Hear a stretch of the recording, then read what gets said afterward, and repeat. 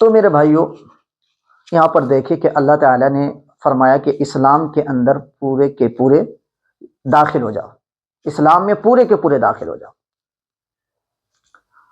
اب کیا مطلب ہے کہ بھائی اپنی چوائس نہیں، نتھنگ، یہاں پر اپنی چوائس نہیں، اللہ اور اللہ کے رسول صلی اللہ علیہ وسلم کی چوائس کو ہم پسند کرتے ہیں، سمجھے؟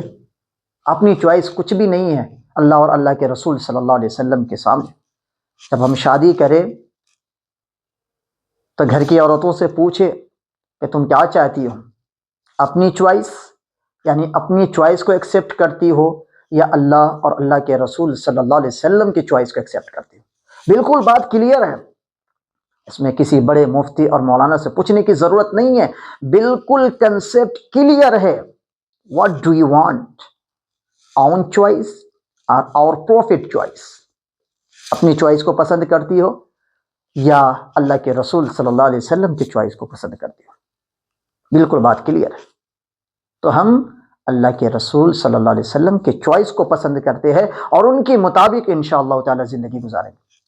آج شادی محل کے اندر جائے، یہ ایک وبا بن گئی، بیماری بن گئی ہے کہ کھڑے ہو کر کے کھانا۔ انسانیت کی اس سے بڑھ کر کیا توہین ہو سکتی ہے کہ انسان کے ہاتھ میں پلیٹ تھما دے بھکاری کی طرح اور وہ انسان کھڑے ہو کر کے کھائے؟ انسانیت کی اس سے بڑی کوئی توہین ہو ہی نہیں سکتی۔ میرے بھائی ایسے دعوت میں آپ مت جائیں جہاں کھڑے ہو کر کے کھانے کا انتظام۔